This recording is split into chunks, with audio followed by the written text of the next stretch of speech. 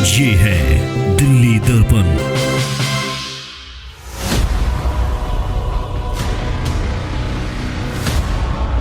तो वो लड़की देखी पीछे, तो लड़के भागने लगे बाइक पे बैठ के।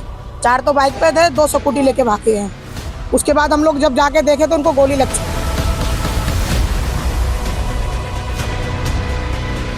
तो कल रात में यहाँ से गुजर रहे थे, उसी वक्त जो है ठीक सामने ही चौक पर कुछ छीनने के इरादे से उनको घेरा गया और उसके बाद जो है उन पर गोली के माध्यम से उनका हत्या कर दी गई है। भाग के आया ना, जब हम लोग गए, जब आगे जब वो भाग चुके थे लड़के बाइक लेके, जब हम लोग देखे मैंने कोई आदमी पड़ा, फिर पता चला कि उसको मार के। नमस्कार, जय हिंद। आप देख रहे हैं दिल्ली दर्पण टीवी। मेरी मौजूदगी इस वक्त वजीरपुर के इंडस्ट्रियल एरिया में है और मैं चाहूँगा इधर जरा कैमरा करके दिखाएं। आप देख रहे होंगे एक सुराग बना हुआ है। आपको बता दूं मैं, ये सुराग गोली का है। कल रात में जो है रात के 9 बजे आसपास जैसी जानकारी प्राप्त हुई है हमें कि रात के 9 बजे छीनने के इरादे से, पैसे छीनने के इरादे से यहाँ पर गोली चलाई गई। एक 40 साल के व्यक्ति की जो बताया जा रहा है इसमें मृत्यु हो गई है। उनको पैसे, उनके पास कुछ पैसे पड़े हुए थे, उसमें लगभग 6 से 7 आरोपी जो हैं उनको यहाँ पर घेरते हैं और उसके बाद उनको गोली मारते हैं। तो आप देख सकते हैं यहाँ पर जो गोली के निशान भी हैं बने हुए अभी भी, और इधर अभी भी जो है ब्लड पड़े हुए हैं। यहाँ पर पुलिस के द्वारा जो है रेत डाल दिया गया, परंतु अभी भी यहाँ पर मक्खियाँ भिनक रही हैं। तो निश्चित रूप से इससे ये जाहिर हो जाता है कि यहाँ पर कोई बड़ी घटना कल रात में जो है घटित हुई है। आसपास आप देख सकते हैं कितनी बड़ी संख्या में अभी भी लोग यहाँ पर मौजूद हैं और सभी लोग घटना के बारे से सुनकर आश्चर्यचकित हैं, चूँकि इतना भरा हुआ एरिया है, आने जाने वाला पूरा रास्ता है। आगे में जो है सरकारी शौचालय इधर बना हुआ है, सामने पार्क भी है और ठीक पार्क के सामने इस तरह की घटना घटित होना कहीं ना कहीं लोगों के अंदर खौफ पैदा करता है। और फिर से वजीरपुर के अंदर इतनी बड़ी घटना घटित होना, हाल ही फिलहाल में वजीरपुर के अंदर कई ऐसी घटनाएं हो चुकी हैं जिसने चौंकाने का पूरी दिल्ली को काम किया है और उसके ठीक 2-3 दिन बाद ही इस तरह की घटना दोबारा संपन्न होना। यहाँ पर एक एरिया को जिसका गोली मारी गई है, बताया जा रहा है कि वो पेशे से मुनीम थे, कई फैक्ट्रियों में लेन देन का काम किया करते थे और उनको पैसे छीनने के इरादे से ही उनके ऊपर गोली चलाई गई, उनके ऊपर फायर किया गया और उनका मर्डर कर दिया गया। ऐसी भी जानकारी प्राप्त हो रही है कि सीने में उनके गोली मारी गई है। लगभग 6 से 7 आरोपी थे।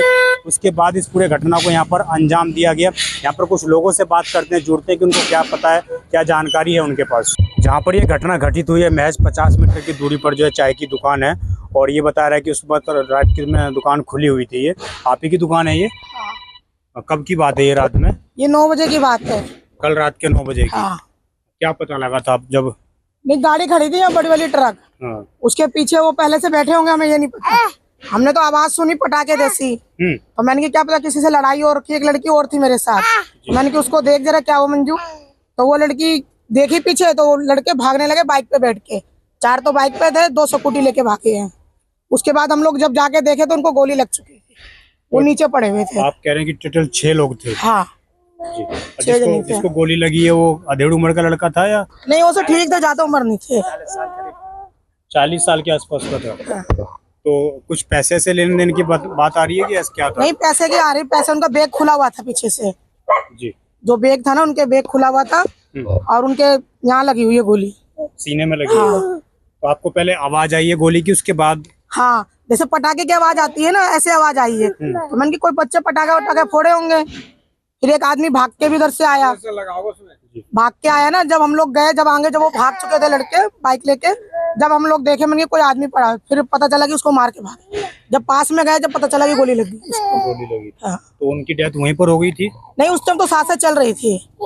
हाँ, गाड़ी में लेके गए तो रास्ते में खत्म हो गए होंगे। पुलिस आ गई थी? कितने टाइम पर आई है पुलिस? पुलिस तो उसी टाइम आ गई थी। कितना टाइम हो गया था? पुलिस तो उसी टाइम आ गई थी। मैंने फोन कर दिया था ना इन सबको, इन लोगों ने फोन कर दिया तो पुलिस वाले आ गए थे। आप ही ने कॉल किया था पुलिस? नहीं, वो और किसी ने किया था। आपको क्या पता लगा था अंकल जी यहाँ पर? जब हम आए तो पड़ा था, वो हमारे 20 साल पुराना जानने वाला था। मुनीमगिरी के जानने वाले थे? मुनीमगिरी करता रहा, यहाँ पे कई फैक्ट्री में करता रहा, पहले से जानते हैं हम उसको। तो जैसे इनने मुझे फोन किया तो मैं भी आया भाग के, पहचाना कि ये तो सरोज है, सरोज नाम था। तो उठा के मैं इन्हें कार में डरवाया, बाबूजी को बुलाया जिनके यहाँ काम करते थे, उठा के कार में डाला। जब उसकी हल्की हल्की सांसें चल रही थी, इसके बाद वो लेके गए। फिर पता मतलब वो पैसे का लेन देन ही काम करते थे ज्यादा? देखो, अब वो मुनीमगिरी करता था, पर मुनीमगिरी में तो सारे काम होते हैं। अब ये नहीं पता कि उसके पास पैसे थे नहीं थे। बाकी बैग उसका खुला था पूरा, उसमें टिफिन भी पड़ा था, वो भी देखा हमने। बैग भी दिया उनको, बाबूजी को, बाबूजी बैग है। बाकी बता रहे इसके पहले एक बैग और था, उसमें क्या था क्या नहीं, उस टाइम तो थे नहीं हम। कोई जानकारी आपको परिवार के बारे में कुछ पता चला हो इनके? वो उनके परिवार के बारे में, उनके पिताजी को तो जानते थे हम, बाकी और तो जानते नहीं। कहाँ के रहने वाले हैं ये? वैसे मेरे अंदाज से बिहारी के हैं। बिहार के रहने वाले। यहाँ पर कहाँ रहते हैं कुछ पता है? ये नहीं बता सकते, ये दोनों के मालिक को पता होगा। आप लोगों को किसी को कुछ पता है? तो इधर आप देख सकते हैं यहाँ पर जो है, जो जैसा कि बता रहे हैं कि 40 साल की उम्र थी लगभग, और उसके बाद लूट के इरादे से उनके ऊपर गोली फायर की जाती है।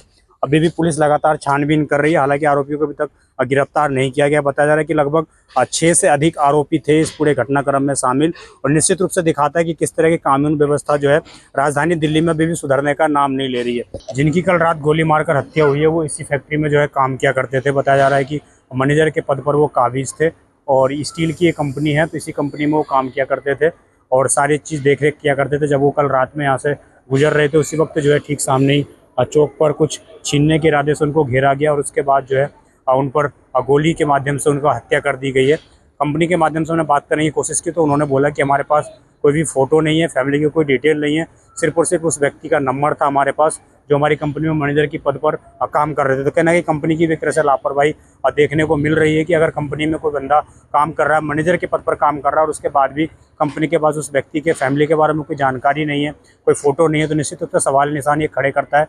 या वो हमें ये चीज़ देना नहीं चाहते, वो अलग बात है, परंतु आप देखेंगे इसी कंपनी में वो काम कर रहे थे, और पुलिस की तरफ से अभी ये जानकारी ये है कि किसी भी आरोपी को जो है अभी तक गिरफ्तार नहीं किया गया है।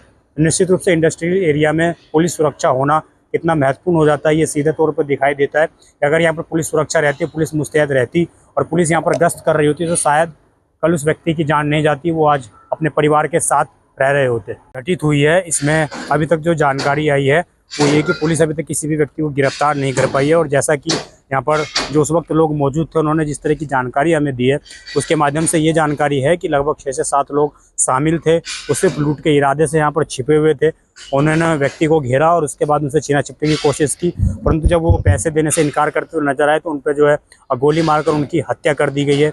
ऐसी भी जानकारी प्राप्त हो रही है कि वो परिवार में सिर्फ अकेले कमाने वाले थे और बिहार के रहने वाले वो व्यक्ति थे, यहाँ सिर्फ कमाया और खाया करते थे वो।